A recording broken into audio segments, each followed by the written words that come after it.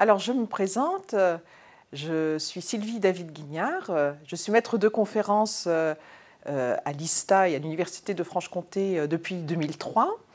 J'ai le plaisir de travailler au sein de l'équipe de l'ISTA et je participe à deux opérations de l'axe 2, l'axe 2 qui s'intitule Texte, imaginaire et représentation dans l'Antiquité.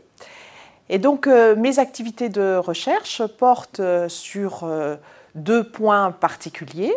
D'une part, l'opération étude, transmission et interprétation des textes.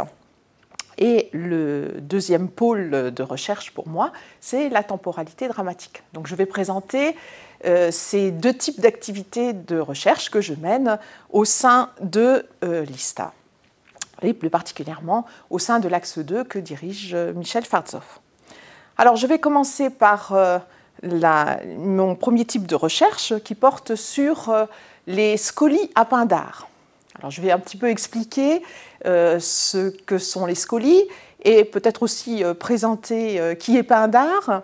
Alors, Pindare, c'est un poète du 5e siècle avant Jésus-Christ, un très grand poète, à la fois par son style et également par les valeurs qu'il exalte, c'est-à-dire la capacité de l'homme à se dépasser, puisque nous avons conservé de cet auteur ce qu'on appelle des épinicies, c'est-à-dire des odes en l'honneur des vainqueurs au grand jeu.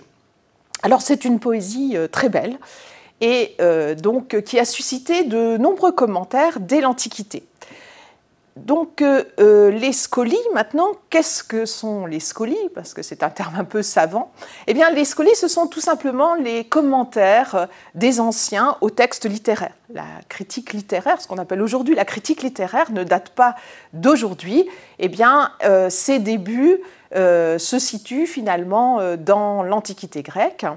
Et plus particulièrement pour Pindare, les commentateurs anciens se sont intéressés à ce poète dès la période alexandrine, avec en particulier Aristarque, grand commentateur de Pindare au IIe siècle avant Jésus-Christ.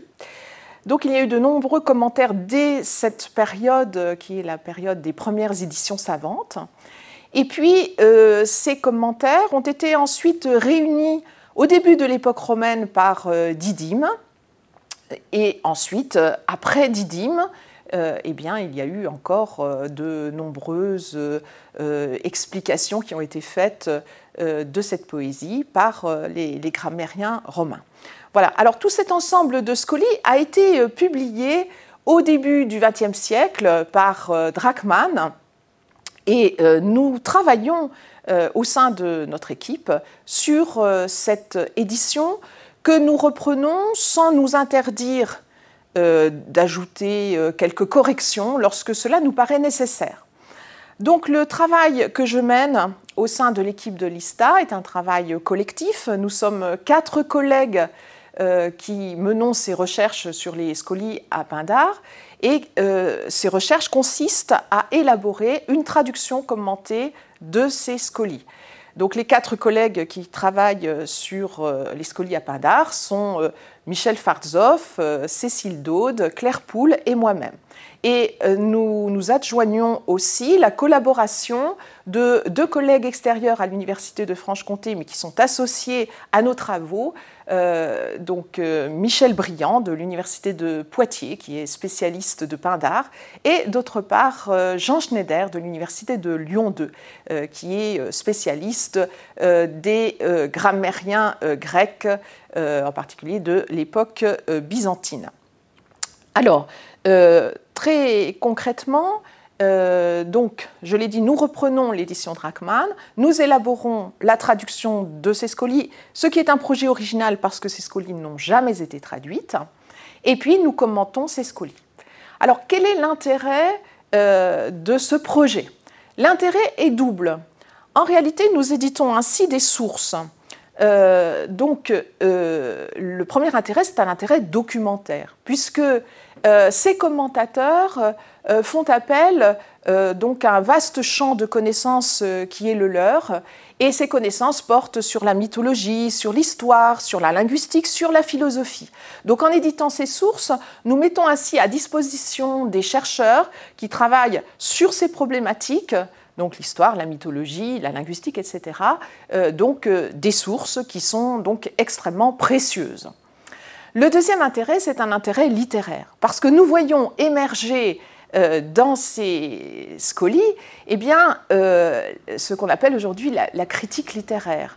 C'est-à-dire que c'est extrêmement touchant et riche de voir le dialogue qui s'instaure entre le poète Pindare et ses commentateurs qui se sont succédés au fil du temps.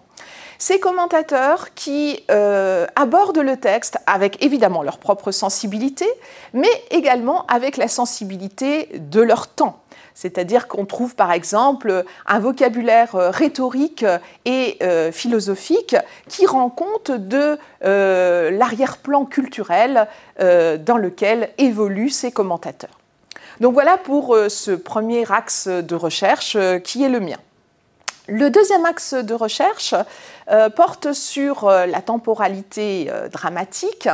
J'ai fait ma thèse sous la direction de Michel Voronoff et j'ai travaillé sur les tragédies thébaines, donc sur en particulier la geste des lattes d'Acide, c'est-à-dire qui comprend le mythe d'Édipe fort connu.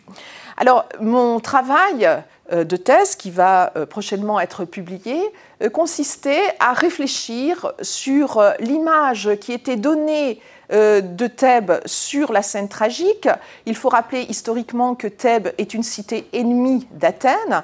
Or, les auteurs tragiques sont des Athéniens. Donc, à travers l'image de Thèbes, évidemment, il propose une sorte de miroir inverse de la cité d'Athènes, puisque Thèbes est la cité finalement de l'hubris, c'est-à-dire de tous les excès. Mais en même temps, et ça c'est peut-être le point le plus original que j'ai mis en avant dans ma recherche, eh bien, Thèbes est aussi le miroir d'Athènes, c'est-à-dire qu'en particulier dans les pièces d'Euripide, qui sont situées à la période de la guerre du Péloponnèse, Athènes donc, se livre à des exactions au cours de cette guerre, et donc Thèbes peut aussi être le reflet de la cité athénienne, hein, ou du moins de la direction que pourrait prendre la politique athénienne dans justement dans une conduite impie, on va dire, puisqu'il y a en particulier l'affaire, ce qu'on appelle l'affaire de Mélos, hein, c'est-à-dire donc une cité qui n'avait pas voulu rejoindre l'alliance athénienne et qui avait donc été tout à fait malmenée par la ville d'Athènes. Donc ça, c'est mon travail de thèse. Et à présent, je travaille plus particulièrement sur les pièces troyennes, cette fois, et les pièces troyennes d'un auteur tragique précis qui est Euripide. Ce travail donc s'inscrit dans le cadre de l'opération La Temporalité. Et il s'agit ici à partir d'études lexicales extrêmement précises, par exemple relever des adverbes de temps, relever également du lexique qui montre justement la construction de l'action dans les pièces d'Euripide. Donc à partir de ces relevés lexicaux, il s'agit de s'interroger sur la manière singulière dont Euripide construit l'intrigue et au-delà de cela, de mener une réflexion sur le rapport de l'homme au temps, sur le questionnement sur le destin et sur le sens de l'action divine.